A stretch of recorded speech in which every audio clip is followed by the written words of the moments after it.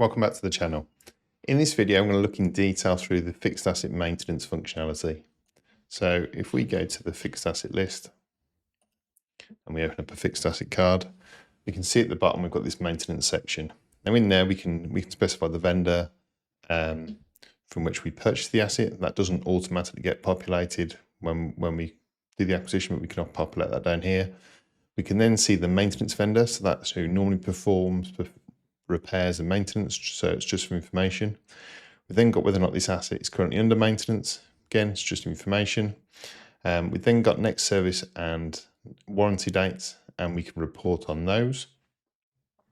We've also got within the fixed asset menu, we've also got maintenance registration, and in here we can list out when the asset was last serviced, who carried out that service, any comments with that, if particular agent name who came to do the work, and potentially their phone number. So just useful information. So if this asset breaks down, I can go into the maintenance registration. I can say, right, okay, so when was it last serviced and who did that for us? So we can contact them again if we need to. In terms of actually processing maintenance, that is done via purchase. So if we go to a purchase invoice and we create a new one, I will select a vendor.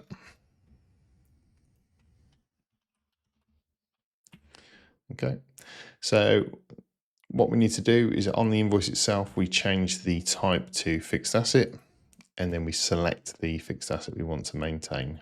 So if I select this vehicle, so I'm going to carry out some maintenance on vehicle 1, put whatever description in there. So this could be service cost, enter in the quantity and the value of that service. And the one thing we then need to be mindful of is the FA posting type. So if I just come over, we'll see that we've got the FA posting type here, which is acquisition. So that's the default FA posting type, which is assigned when we select a type of fixed asset on a purchase line. So that is going to process this value as acquisition cost, which is not what we want. So I'm going to change that to maintenance. As I said, this column isn't automatically available, so you would need to personalize it in if you haven't got that there. So we select maintenance and then we post the invoice. So if I have a look at that posted invoice and we drill into the entries, you'll see that we've got the purchase invoice itself, we've got the GL entries. So let's have a look at those first. So we can see here that we've got the £100, which has gone through to the balance sheet account for vendors and also to the equipment and tools account for maintenance. So that has come from the FA posting setup. So if we go to the FA posting groups, you'll see here that we've got a maintenance expense account per fixed asset subclass or fixed asset posting group. I normally create a fixed asset posting group per subclass just to keep things easy to manage. So that's where it's got that code from. So if we then come back up, you'll see here we don't have any fixed asset ledger entries because we didn't post this as an acquisition cost. So it has no impact on the fixed asset itself, but it has created a maintenance ledger entry here. So we've got that maintenance ledger entry against fixed asset number 100. So if we come back up now to our fixed asset list view,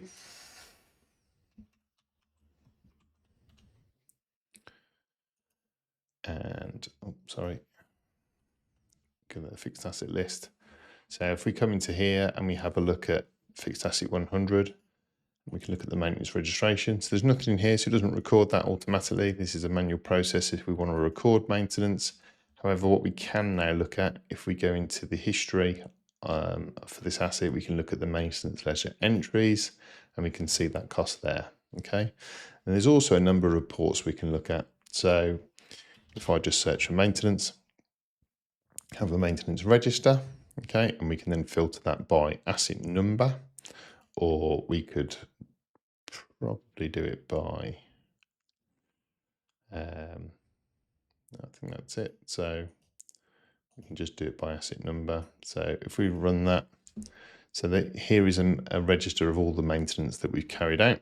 So we can get that list view. I guess we could filter that by date if we wanted to look at it for a particular period.